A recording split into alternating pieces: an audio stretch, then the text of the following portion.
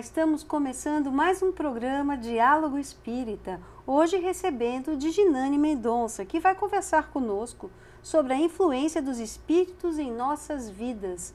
Tudo bem, Diginane? Tudo bem. É um prazer receber você aqui, viu? Também nós estamos muito felizes, né? Muito bom, o prazer é nosso em recebê-la. Vamos fazer uma prece? Vamos. Amigo Jesus, Mestre, Meigo Rabi da Galileia, nesse momento queremos pedir, Senhor, a Tua assistência e a assistência dos benfeitores espirituais, que possamos conduzir esta tarefa dentro dos Teus desígnios de amor, Senhor. Assim seja. Assim seja. Diginane, os espíritos podem interferir em nossas vidas? Podem, sim. Eu diria que essa interferência é quase que intermitente. Nossa. Por quê? Quando nós adentramos aos estudos da doutrina espírita, nós começamos a dar conta do seu pressuposto basilar. E esse pressuposto não é a reencarnação. É a noção de que nós somos espíritos. Como diz o professor Humberto Vasconcelos, o espírita, ele se sabe espírito. Então, é uma questão para além da fé. Porque a fé, ela pode vacilar. A fé é vacilante. Eu tenho fé hoje, amanhã posso não ter.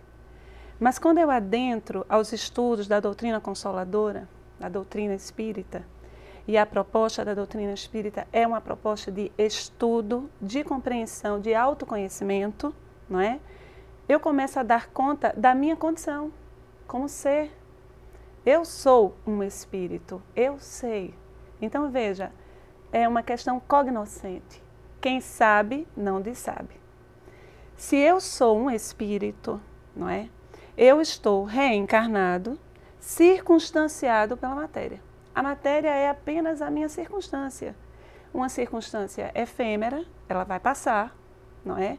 A gente reencarna com um tempo determinado para viver, algumas décadas, alguns mais, outros menos, em circunstâncias, em situações que vão nos possibilitar uma aprendizagem. Então, se eu sou um espírito também, eu estou em contato com os meus irmãos que estão desencarnados.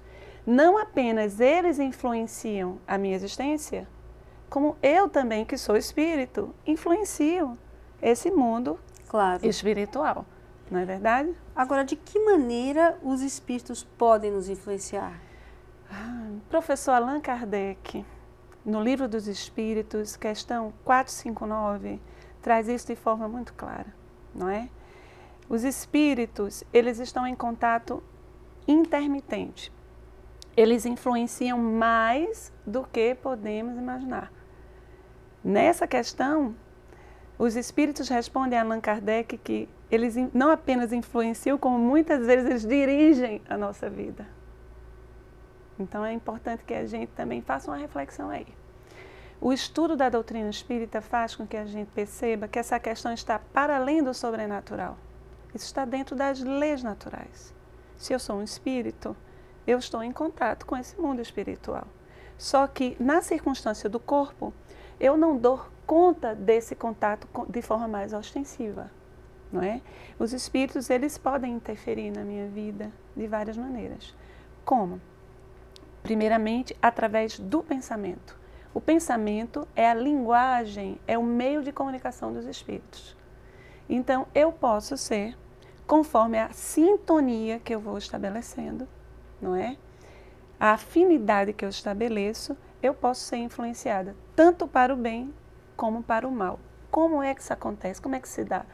Eles criam uma conexão dentro do nosso padrão psíquico, as ondas mentais, não é? Então eu penso assim, eu vou desenvolver determinada atividade e aí vem aquela ideia, mas eu deveria fazer assim. Muitas vezes essa ideia está sendo sugerida. E como é que você vai identificar quando esse pensamento está sendo sugerido para você? Primeiramente, no Livro dos Espíritos está bem claro que não nos interessa saber o que é nosso e o que não é nosso. É importante que a gente tenha moralidade, saber o que é a moralidade. A conduta reta, a conduta alinhada ao bem. Não é? Porque se fosse para a gente saber o que é nosso e o que não é nosso, a gente já enlouquecer. Não, e a gente já reencarnaria com essa percepção assim. Mas é importante perceber o seguinte, a benfeitora Joana de Ângeles, ela diz que a gente precisa fazer o movimento do autoconhecimento. Você precisa se auto-olhar.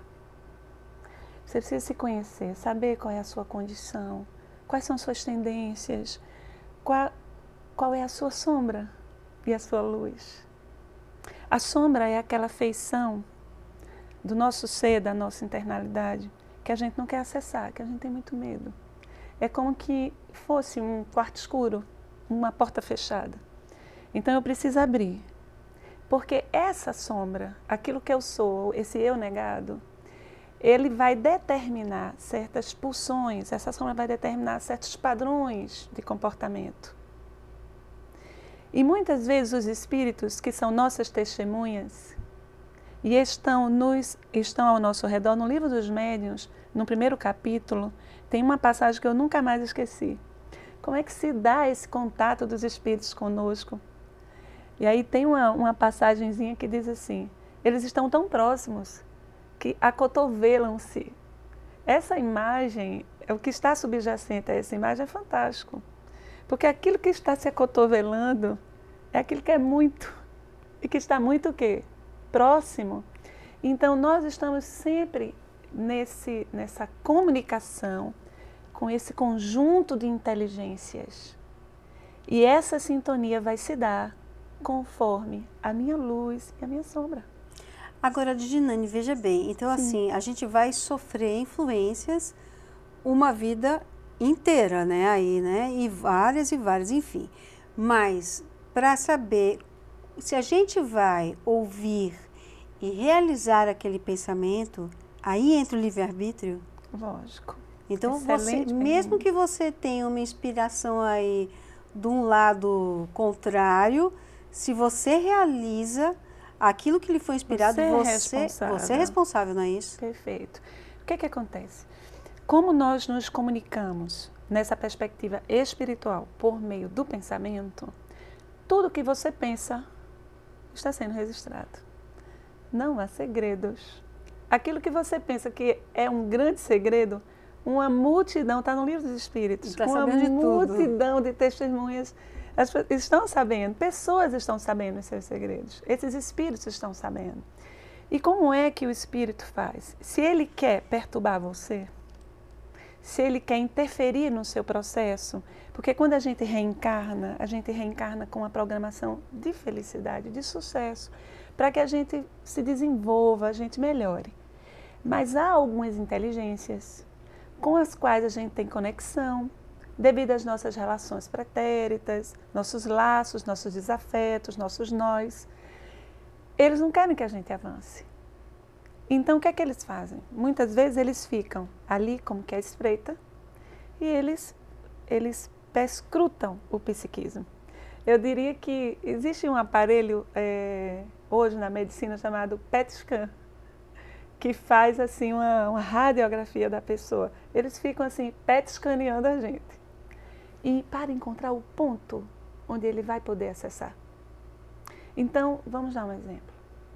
Se eu sou uma pessoa que tem uma tendência ao ciúme, na base, uma mais-valia frágil, a autoestima frágil, então eu sou ciumento. Então, sempre questionando assim o afeto das pessoas, eu não tenho segurança. Aí ele vem e faz assim, olha, fulana está te traindo. Ele projeta, eu quero explicar bem direitinho aos telespectadores. É uma ideia que vai entrar dentro do seu psiquismo. Eu estou sendo traído. Eu estou sendo traído. Do nada começa. Não é do nada. É da sua tendência. Exatamente. Por isso a necessidade de educar as emoções. Se autoconhecer e se educar. Não é? Que se você mantém o equilíbrio, ele não tem o acesso. Se você se conhece e você começa a se trabalhar, sim, é verdade, eu sinto ciúme, mas eu preciso trabalhar isso.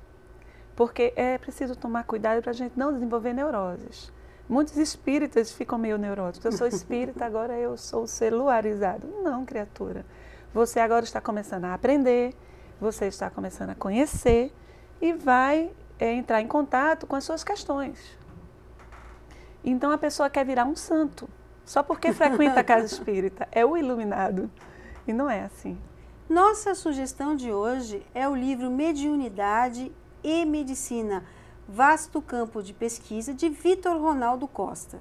O autor exerce a profissão de médico em vários hospitais espíritas e mostra os subsídios que estabelecem uma ponte entre o fenômeno mediúnico e a medicina. Esta publicação está disponível na livraria da Federação Espírita Pernambucana. Bom, Ginane, voltando ao nosso assunto, os espíritos ainda inferiores podem nos induzir à prática de atos desajustados que não nos farão mal, mas a outras pessoas? Podem, e esses atos podem também nos fazer mal. É porque se a gente faz mal a alguém... Sempre nos farão mal, não é? É a lei de causa e de efeito. Claro que eles podem. Podem nos incitar a termos uma conduta desalinhada com as leis de Deus, não é? E essa influenciação, ela pode nos levar a praticar desatinos pelos quais nós responderemos. Seremos responsáveis, né? E por quê? Onde está inscrita a lei de Deus? Ninguém pode dizer que não sabia. Livro dos Espíritos, questão 621. Na consciência. Nós sabemos quando estamos, de alguma forma, em desalinho com essas leis universais. E são leis universais. Não são leis só do orbe Terra, mas de todos os sistemas, não é? Então, eu sou um ser humano, eu sou um filho de Deus. Então, eu sou uma criatura de Deus. Dentro de mim, do meu ser, está inscrito o Código Ético Universal. Quando o espírito dar conta disso, ele pode viver um processo de culpa. E muitas vezes esse processo de culpa, de desajuste, pode promover nas reencarnações posteriores dele, transtornos de ordem psiquiátrica que vão possibilitar o reajuste dele ao longo do tempo. Podem se influenciar. Por isso, Jesus, que é o nosso modelo, nosso irmão maior, ele disse, orai e vigiai. Agora, é possível a gente neutralizar essas influências? Lógico. Como é que a gente faz isso? Conta pra gente. Vamos pegar a última fala. Orai e vigiai. Vamos trabalhar a acepção desses dois termos. Primeiramente, o vigiai. O que é a vigilância? É você estar atento à sua conduta. É você se autoconhecer. Primeiro, é preciso fazer um movimento de autoconhecimento e descobrir quais são as suas, as suas tendências. O que é que você tem ali de mais potencializado no seu ser que precisa ser trabalhado? Que seria a reforma íntima. A necessidade da reforma íntima. Então, vigiar a sua conduta, prestar atenção nas suas reações, na forma como você se relaciona, principalmente vigiar o padrão de sentimento. Quais são os sentimentos que você cultiva? E quanto ao orai, nós somos inteligências, nós temos um psiquismo que está conectado a outras inteligências.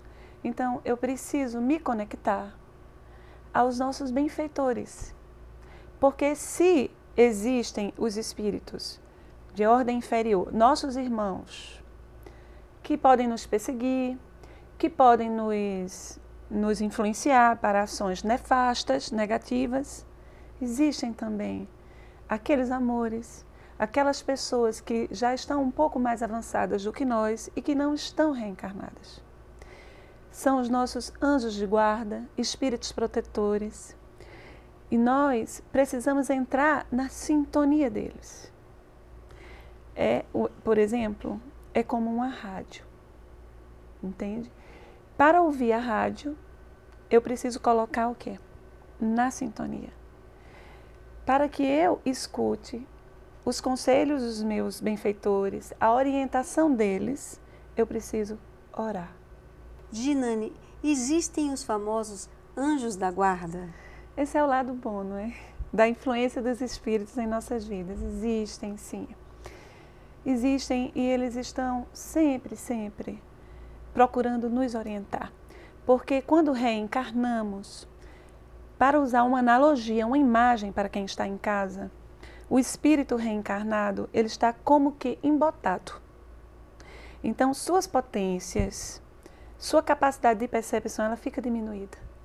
Nós ficamos circunstanciados, tangenciados pela matéria. Vamos explicar para o pessoal. Então, assim, quando você reencarna, todos os conhecimentos que você tinha de vidas passadas, você perde. Então, você está aqui como se você fosse cego e fosse aprender tudo de novo. Só que tá, não é isso? Necessariamente não perde, porque aquilo que você conquistou está em você. Não, mas você não vai ter a consciência, você né? Você não vai lembrar isso. De certas ocorrências. Isso. De certas passagens, ok?